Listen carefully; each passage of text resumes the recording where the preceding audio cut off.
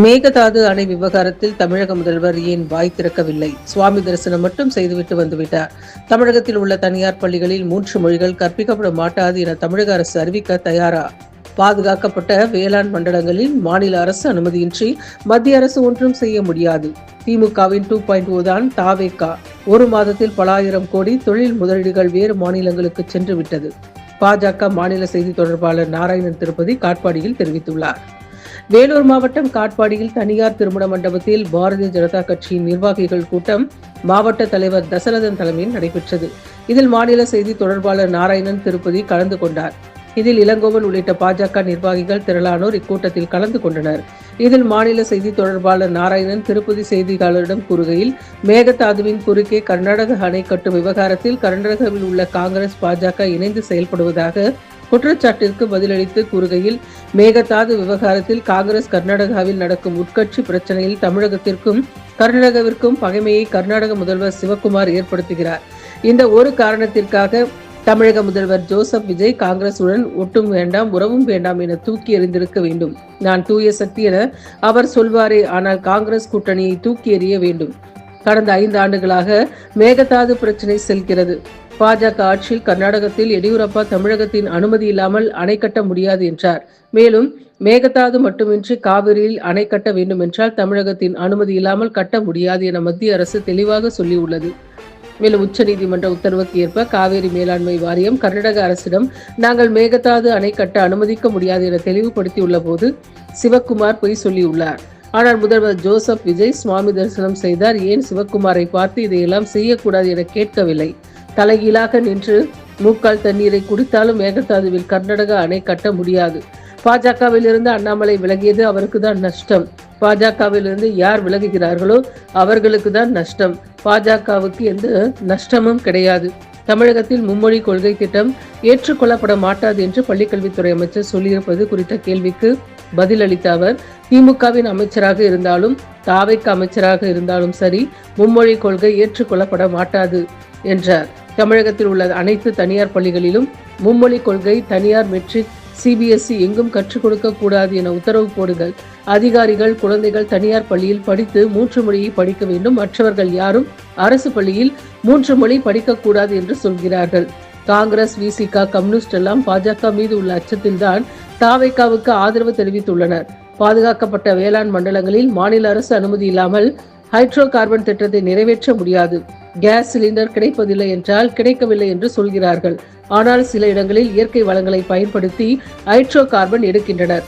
மக்கள் நலனுக்காக வேண்டாம் என்று சொன்னால் அதற்காக கஷ்டப்படுவதை மக்களே உணருவார்கள் எனவும் அவர் தெரிவித்துள்ளார். எங்கேயாவது அணை கட்ட வேண்டும் என்று சொன்னால் தமிழ்நாட்டினுடைய ஒப்புதல் இல்லாமல் கட்ட முடியாது என்பதை மத்திய அரசு பாராளுமன்றத்தில் தெளிவாக சொல்லியிருக்கிறது. உங்களுடைய விருப்பம், அதாவது கர்நாடகாவினுடைய விருப்பம் அணை கட்டுவதாக இருக்கலாம்.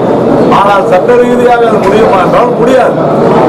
எல்லாவற்றையும் விட பாரதிய ஜனதா கட்சியினுடைய ஆட்சி அமைத்த உச்சநீதிமன்ற உத்தரவிற்கேற்ப அமைத்த காவிரி மேலாண்மை ஆணையம், காவேரி வாட்டர் ரிவர் அத்தாரிட்டி மிக தெளிவாக இதுவரையிலும் பலமுறை கர்நாடக அரசிடம் இந்த மேகதாது அணையை கட்டுவதற்கு நாங்கள் அனுமதிக்க முடியாது, அனுமதி தர முடியாது, தமிழகம் ஒப்புக்கொண்டால் மட்டும்தான் நாங்கள் அனுமதிக்க முடியும் என்று தெளிவுபட கூறியிருக்கிற இப்படிப்பட்ட கோயப்பல்ஸ் பொய்களை டி.கே. சிவக்குமார் சொல்வதை திரு ஜோசப் விஜய் அவர் நன்றாக கர்நாடகாவில் போய் சாமியெல்லாம் கும்பிட்டாரு.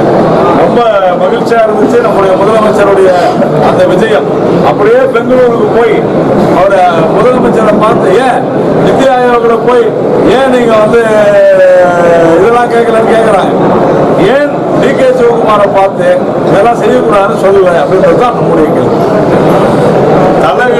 தலைகீழ் நின்று மூக்கால் தண்ணீர் கொடுத்தாலும் மேகதாது அணையை கட்ட முடியாது. நம்ம பதில் தான். பிஜேபி பார்ட்டியிலிருந்து அண்ணாமலை விலகிருக்காரு. பிஜேபி பார்ட்டிக்கு தமிழ்நாடு பிஜேபி உண்மையில் யாருக்கு இது நஷ்டம் சொன்னால் விலகி செல்பவர்களுக்கு தான் நஷ்டம். பாரதிய ஜனதா கட்சிக்கு எந்த நஷ்டமும் கிடையாது. பாரதிய ஜனதா கட்சி ஒரு ஆலமரம் போன்றது.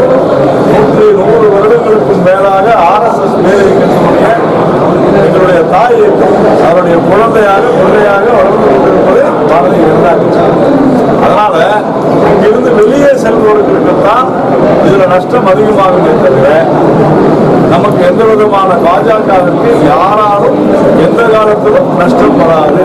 எனக்கு பதவி உள்ள அதனால நான் போறேன் சார். அவங்க சொல்றதெல்லாம் ஏற்றுக்கொள்ளப்பட மாட்டான்னு சொன்னாங்களே சார். தமிழகத்தில் மும்மொழி திட்டம் ஏற்றுக்கொள்ளப்பட மாட்டாது பள்ளி கல்வித்துறை அமைச்சர். நான் என்ன கேட்கிறேங்க, இந்த பள்ளி கல்வித்துறையுடைய அமைச்சராக இருந்தாலும் சரி, இவர்களுடைய ஏடிஎமாக இருக்கக்கூடிய திமுகவுடைய அமைச்சராக இருந்தாலும் அவருக்கும் சரி, நான் கேட்கிறது ஒரே ஒரு கேள்விதான். மும்மொழி திட்டம் தமிழகத்தில் ஏற்றுக்கொள்ளப்பட மாட்டாதுன்னா என்ன அர்த்தம்? பள்ளிக்கூடங்கள்ல ஏற்றுக்கொள்ளப்படாதான்னு சொல்றீங்க. நான் கேட்கிறேன், தமிழ்நாட்டில் இருக்கக்கூடிய அனைத்து தனியார் பள்ளிகளிலும் மும்மொழி திட்டம் இருக்குதா இல்லையா? உங்க மொழி கற்றுக்கொள்ளா இல்லையா? உங்களுக்கு தைரியம் இருந்தால், திராணி இருந்தால், உண்மையிலே நீங்கள் சொல்வது சரின்னு நினைச்சீங்கன்னா தமிழ்நாட்டில் இனி தனியார் பள்ளிகள், மெட்ரிக் பள்ளிகள், சிபிஎஸ்இ எங்கேயுமே 3 மொழி கற்றுக் கொடுக்க கூடாதுன்னு உத்தரவு போடுறதுக்கு தைரியம் இருந்தா போடுங்க. ஏன் அரசு பள்ளிகள்ல கல்வி பயிலக்கூடிய சாதாரண ஏழை மாணவ மாணவிகளை 3 மொழி கற்பதை தடுக்கிறீர்கள்? ஏன்னு கேட்டா, அரசியல்வாதிகளுடைய அதிகாரிகளுடைய குழந்தைகள் 3 மொழி கற்று நல்லா ஆயிரணும், புத்தி வந்துடணும், அரசு பள்ளியில படிக்கிறவங்க அப்படியே இருக்கணும் அப்படிங்கிறது தான். இவர்களும் மாறவில்லை, இவர்கள் யாரையும் மாற்ற விட மாட்டாங்க. அதனால பிஜேபி வளர்ந்திருக்கிறது என்று சொல்வதற்கு ஒரு மிகப்பெரிய சான்றை எதிர்க்கட்சிகளுடைய விமர்சனம் தான். நீங்க திருமாவளவன் என்ன சொல்றாரு, பிஜேபி வந்துடக்கூடாதுன்னா நாங்க கூட்டணி வச்சோம். கம்யூனிஸ்ட் என்ன சொல்லுது, கொள்கையெல்லாம் இல்ல, பிஜேபி வரக்கூடாது அதனால தான் கூட்டணி வச்சோம் சொல்றாங்களா இல்லையா? காங்கிரஸ் என்ன சொல்லிச்சு, பிஜேபி வந்துடக்கூடாது. அப்போ பிஜேபி வந்துவிடும் என்கின்ற பயத்தின் அடிப்படையில தான், அந்த அச்சத்தின் அடிப்படையில் தான் அப்படி பேசுறாங்க. சார், பாதுகாக்கப்பட்ட வேளாண் மண்டலங்கள்ல மறுபடியும் ஹைட்ரோ கார்பன் திட்டத்தை மத்திய அரசு வலுக்கட்டாயமாக திணிக்கிறது அப்படின்னு சொல்லி அந்த பகுதி மக்கள் பல முறை சொல்லியாச்சுங்க. நேரத்திலிருந்து அந்த பிரச்சனை ஒரு விஷயம் புரிஞ்சுங்க, மாநில அரசினுடைய அனுமதி இல்லாமல் யாராலும் எந்த திட்டத்தையும் நிறைவேற்ற முடியாது.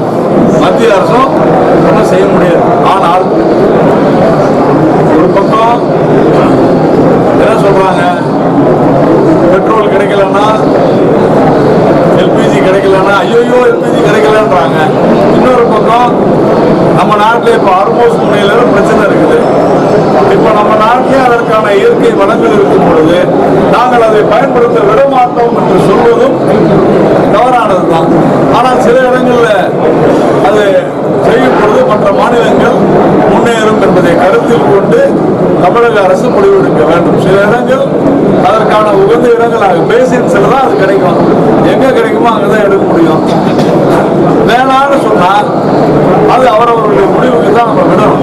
தமிழ்நாடு உங்களுடைய கேள்வியை பொறுத்தவரையில எந்த ஒரு திட்டத்தையுமே மாநில அரசு அங்கீகாரம் கொடுத்தாதான் நாம நல்லது சொல்றோம். வேணாம்னா அதனால கஷ்டப்பட போறது யாருன்றத மக்களே உணர்ந்துவாங்க.